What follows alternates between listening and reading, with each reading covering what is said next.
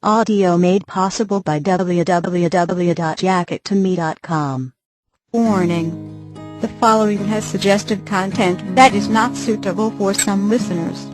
Audio Fanfiction Productions presents Wide Awake. Fanfiction written by Angskata003. Fanfiction inspired by the Twilight Saga written by Stephanie Meyer. Chapter 26. Heavenly Hazelnut Perfection. Bella's point of view. Relief. Overwhelming. All-encompassing relief was what I was feeling as I squeezed Edward's neck so tightly that I thought I might just choke him to death right there in that gazebo. I could feel him smiling into my neck, and the feeling of it was just complete euphoria. He came back to me, and not only did he come back, but he did it with an intensity that nearly brought tears to my eyes. I didn't know what snapped in him or what brought the whole thing about, but his flame wasn't gone. And it wasn't even dim like it used to be. It was burning so brightly that I could feel it in his touch. And for once, I was the one that had to pull away.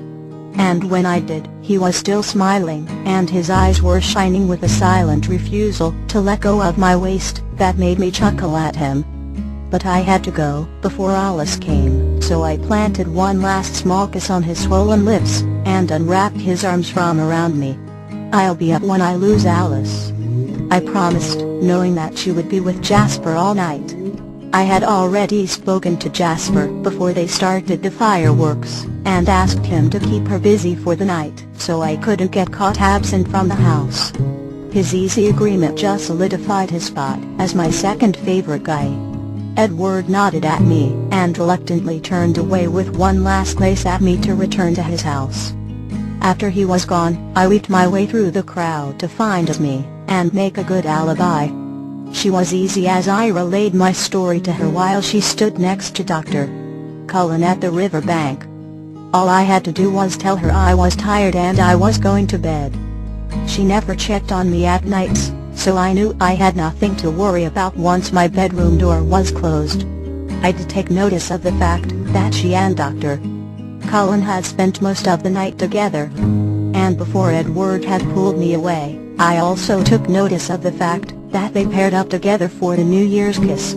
I was almost frustrated that I couldn't have seen their kiss to calculate how romantic it was. I spotted Jasper across the meadow, and gave him a pointed glance. He understood what was going on, and sent me a minute nod that wouldn't alert Alice, who was hanging on his back. I spared one last moment to glace around the meadow to confirm Emmett's whereabouts.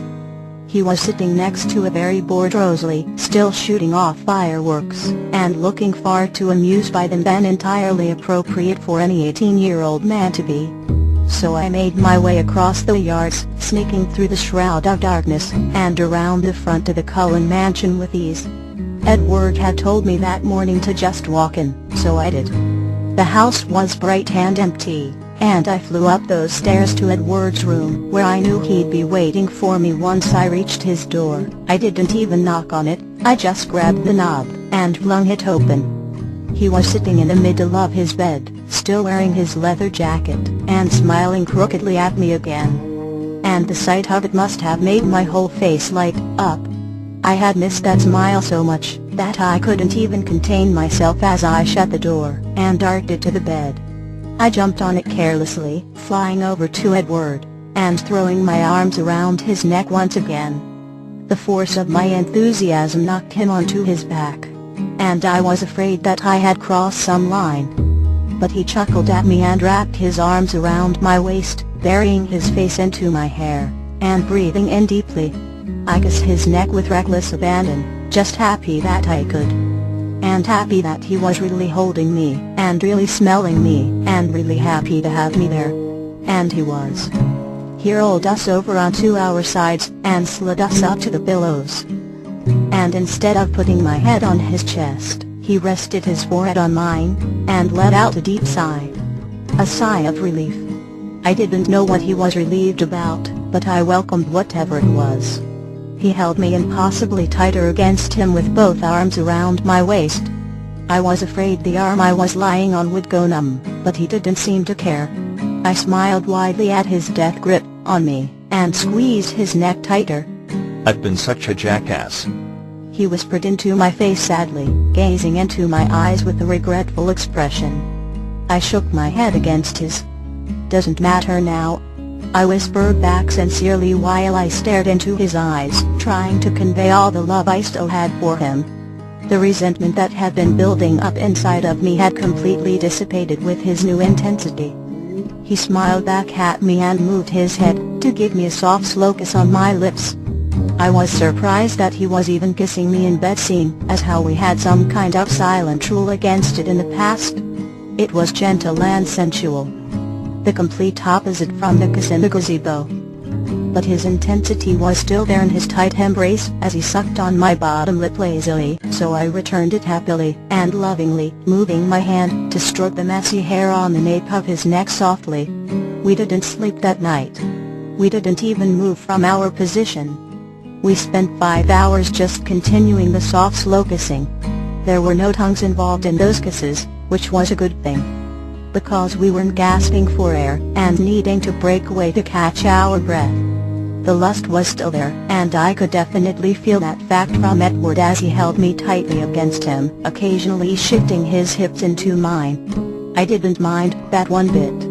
In fact, I was a little overcome with lust myself, and having my own bodily reactions to it. But something else was driving his kisses. And I had no clue what it was, but I let it wash over me, making me smile against his lips every so often. And by 5:30, I knew that I had to leave. So I grudgingly backed my face away from Edward. He opened his sparkling green eyes and frowned in a way that made me giggle quietly. He didn't want me to leave. But I had to. So I planted one final soft kiss onto his lips, and lifted myself off of the bed, and his poor arm. I didn't bring my bag with me or any pajamas, but I still had his bag of cookies in my hoodie pocket, so I dropped them off beside the alarm clock that we never set to go off. They were a little crushed from his hugging, but mostly intact. I sent him one last big grin as he lied on the bed staring at me intensely and turned around nearly pouting at the fact I had to leave.